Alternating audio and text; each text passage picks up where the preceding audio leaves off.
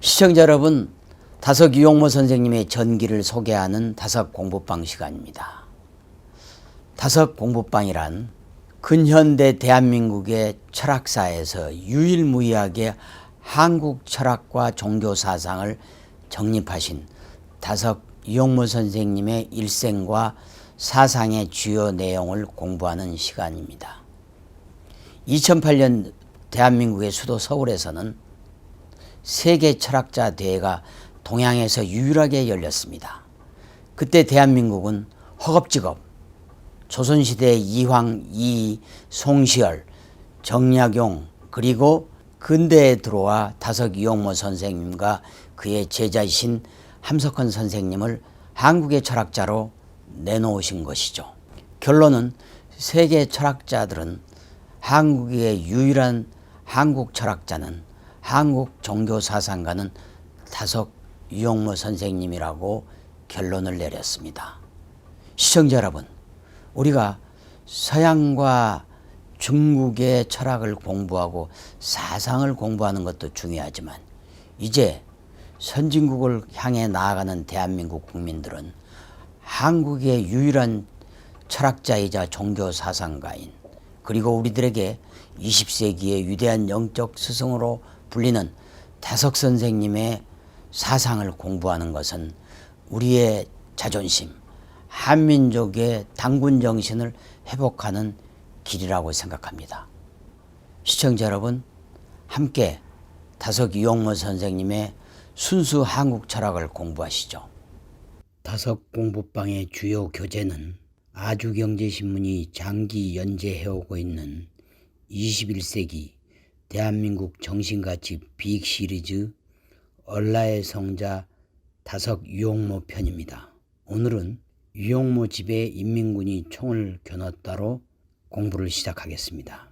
죽음을 연마하는 얘기에 삶의 광기가 들이닥친 6.25의 기록들입니다. 2020년은 6.25 전쟁 70주년이다. 전쟁이 일어나던 1950년이 70년 전으로 밀려났다는 의미다. 그해 태어난 아기가 70세가 되었다.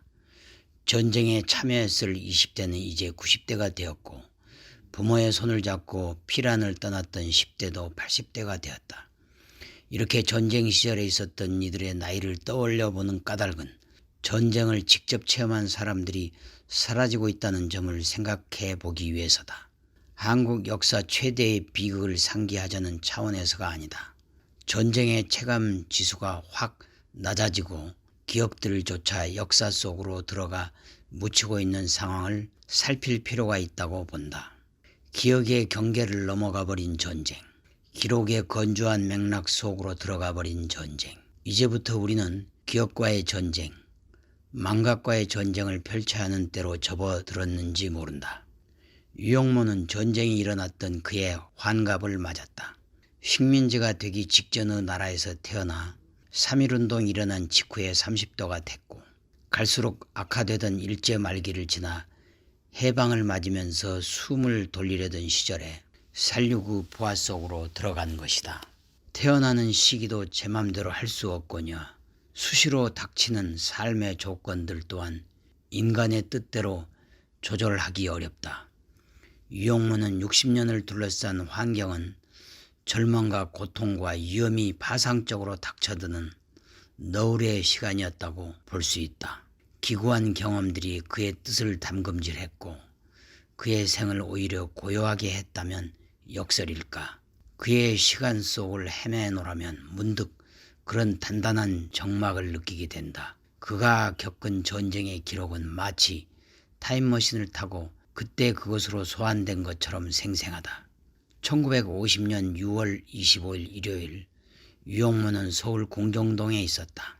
경찰대 교수였던 최원극의 집에서 아침 7시부터 일요 강좌를 진행하고 있었다. 김웅호, 염낙준, 이철우, 전병호, 이동화 등 10여 명이 앉아 강의를 들었다. 물론 새벽에 북한군의 남침이 이루어진 사실도 모르고 있었다. 강의 도중 최원극이 전화를 받았다. 그는 38선에서 대규모 전쟁이 벌어진 것 같다는 얘기를 들었다. 강의는 11시쯤에야 끝났다. 그들은 궁정동에서 효자동으로 걸어 나왔다.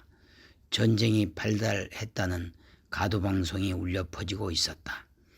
경무대, 즉 지금의 청와대 입구에서는 경찰들이 검문을 했다. 이제까지 없던 일이었다. 일행은 효자동에서 헤어졌다. 죽음의 그림자가 서울을 덮친 것 같은 음산한 공기가 곳곳을 휘젓고 있었다. 당시 이승만 대통령은 육성을 방송으로 내보냈다. 우리는 서울을 반드시 지킬 것이다. 사수할 것이다. 그러나 대통령의 그 말은 당시 이 나라의 뒤를 버티고 있는 미국을 믿고 한 말일 뿐이었다. 국가는 자체 방어 능력을 전혀 갖추고 있지 않았다. 대통령의 약속이 허공에 황망하게 흩어지듯 북한 인민군은 서울에 들이닥쳤고 곧 도시를 장악해 해버렸다. 유영모 집에도 급박한 일이 일어났다. 당시 미국 대사관에 근무하고 있던 유이상, 유영모의 장남이 일본 도쿄의 메가더 사령부로 징발됐다. 전쟁 발발 사흘째 되던 날이었다. 유이상은 미군들이 인정할 만큼 뛰어난 영어 실력을 갖추고 있었다. 그는 메가더 사령부에서 전시 공문 번역과 우리말 미군 방송을 맡았다. 이후 그는 휴전회담 때도 한국인으로는 유일하게 참여한 바 있다. 유이상이 일본으로 간 뒤 유영모의 집에는 어머니 김한전, 부인 김효정, 둘째 아들 유자상, 딸 유월상이 있었다. 그들은 피난을 가지 못했다. 강의를 듣던 염낙준이 스승이 걱정되어 구기동을 잠시 들렸다 갔다. 그도 피란에 나서지 못한 처지였다. 유영모는 이미 죽음을 두려워하는 마음의 경계를 넘었기에 오히려 초연했지만 31세의 젊은 유자상이 걱정이었다. 고심 끝에 유자상은 병자 행세를 하기로 했다. 전쟁이 석 달째 진행되던 9월 무렵에 그는 과수원에서 복숭아를 따서 하루에 2개씩만 먹었다. 다른 음식은 입에 대지 않았다. 며칠이 지나자 몸무게가 줄고 얼굴이 수척해졌다. 그런 모습으로 골방에 누워 지냈다. 그 무렵 북한군들이 총을 들고 들이닥쳤다. 의용군으로 쓸 장정을 찾는 중이었다. 방으로 들어와 거의 초주검 상태로 보이는 유자상을 툭툭 건드리며 일으켜보더니 혀를 차며 나갔다. 밤마다 몰래 라디오 단포 방송으로 유엔군 방송을 들었다. 9월 15일 메가더 장군이 인천의 상륙에 성공했다는 뉴스가 나왔다. 서울에 남아있던 사람들이 몰래 환호했다. 국군과 유엔군이 인천을 수복하고 서울을 탈환하기에 경인가도로 진격하고 있다는 방송이 나왔다. 살았다는 안도감이 들자 유자상은 죽을 좀 끓여달라고 했다. 어머니 김효정은 미음을 끓였고 그는 기운을 차렸다. 9월 28일 서울 수복 직전이었다. 유영모 지부 앞들 감나무에는 감이 붉은 노을색으로 익어가고 있었다. 기력을 얻은 유자상이 감이 먹고 싶어 나무에 올라가 감을 따고 있을 때였다. 북한군 3명이 다가와 유자상을 보고 소리쳤다.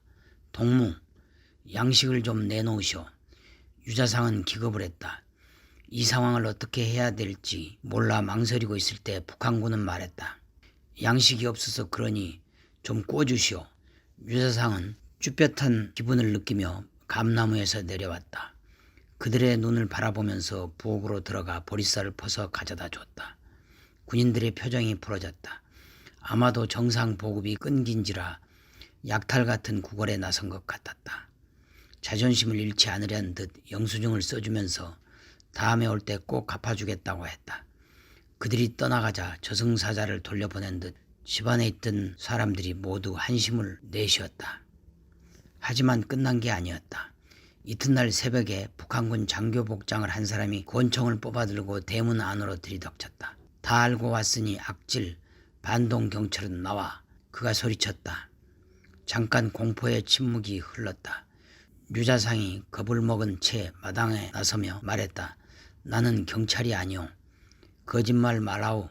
이 새끼 밖으로 나가. 그러면서 장교는 권총을 그의 가슴에 겨눴다. 유자상은 움직일 수가 없었다. 장교는 그가 버티자 반격하려는 줄 알고 권총 방아쇠를 당기려 했다.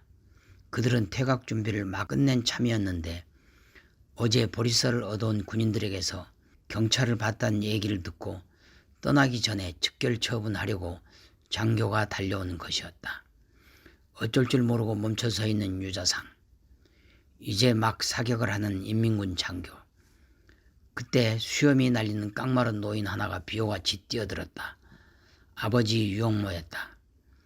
자신을 쏘라는 듯 아들 앞을 가로막았다. 장교는 잠깐 마음이 흔들렸다. 유영모가 말했다. 자상아, 나가자면 나가면 되지. 자, 같이 나가자. 주춤거리는 채로 부자가 함께 엉켜 대문 밖으로 나갔다. 밖에는 북한 병사 2명이 장총을 들고 안으로 겨누고 있었다.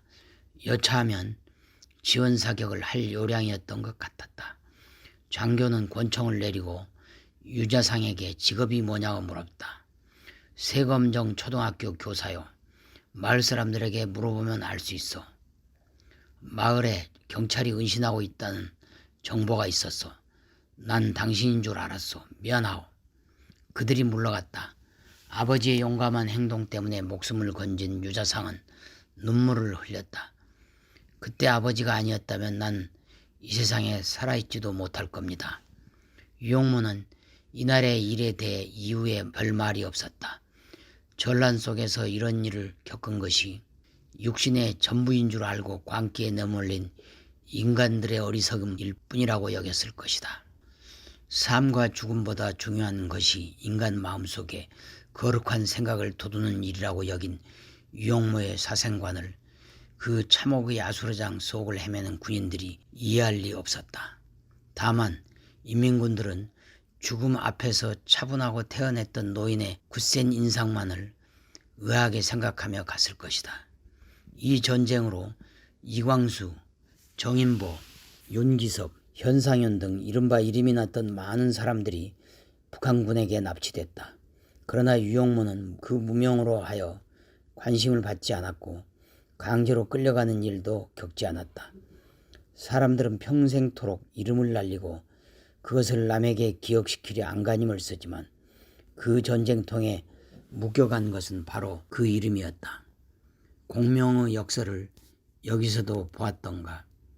장자가 말한 성인무명, 즉 천하의 큰 사람은 이름이 필요 없다라 말도 떠오른다.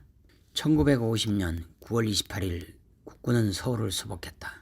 파죽지세로 북이 38도선을 넘어 북으로 진격했다. 선봉대는 압록강에 다다라 푸른 강물을 손으로 움켜 마셨다. 이후 대한민국 만세를 외치는 소리가 만주 벌판을 채웠다는 뉴스가 들어왔다. 1950년은 해피엔딩으로 끝나는 듯 했다. 그런데 중국 공산군이 그야말로 사람 바다의 파도처럼 몰려들었다. 1951년 1월 4일 중공군 인해전술에 되찾은 서울을 다시 내주고 남으로 밀려간 날이다. 이것이 일사후퇴다. 지난번 피란 사태 때 미처 떠나지 못해 악몽을 겪었던 많은 이들이 이번엔 모두 짐을 꾸려 서울을 떠났다. 제자 최원극이 찾아와 유영모에게 피란을 떠날 것을 권했다. 스승을 위해 기차편과 머무를 곳까지 주선했다. 부산에 도착한 유영모 가족은 수정동 언덕마루에 있는 옥시 집에 새방을 든다. 유영모는 1955년부터 다섯일지를 쓰기 시작하는데 그 기록 속에 1951년 6월 23일 부산 수정동 옥시 집에서 있었던 일에 대한 것이 나온다. 전쟁이 끝난 뒤 그때의 일을 기억하여 정리해둔 귀한 기록이다.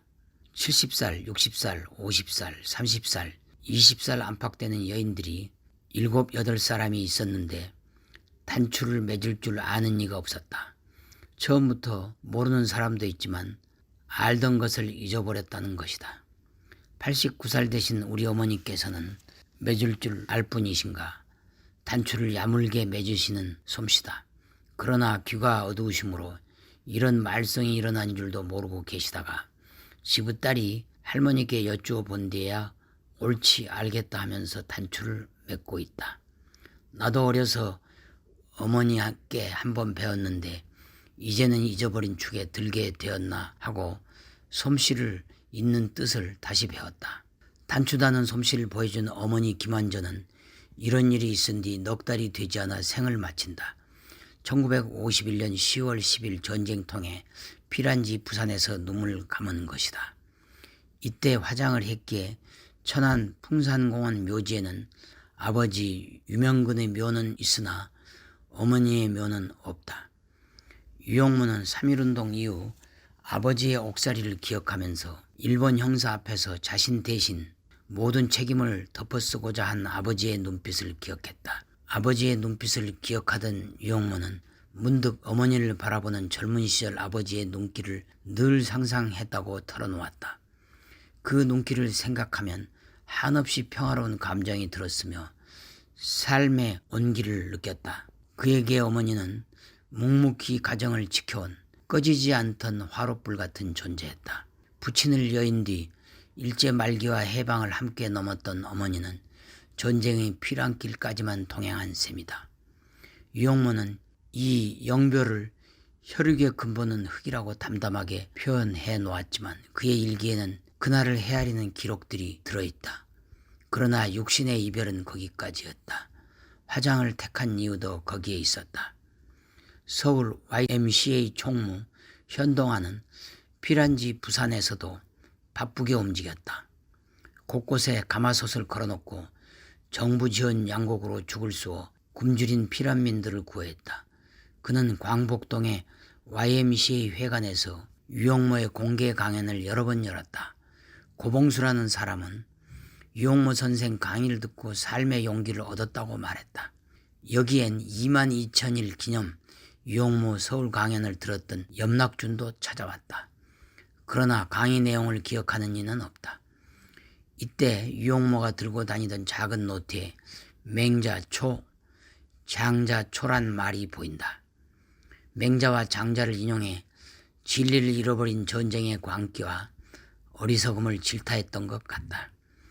그는 전쟁과 관련해 이런 말을 한 적이 있다. 1955년의 강의다. 공산주의 천하가 되면 먹고 사는데 많은 발전이 된다고 합니다. 밥 이상의 것이 우리에게 있습니다. 인생에는 반드시 뜻이 있어요. 진리가 그것이고 하느님이 그것입니다.